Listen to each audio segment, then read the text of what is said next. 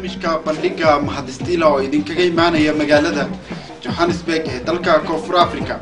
barnaamijkan oo aan caawa idinku soo gudbin doono xaaladda wariyaasha Soomaaliyeed gaar ahaan kuwa Koonfur Afrika ayaa idinkaga imaanaya website-ka ifiyemedia.com.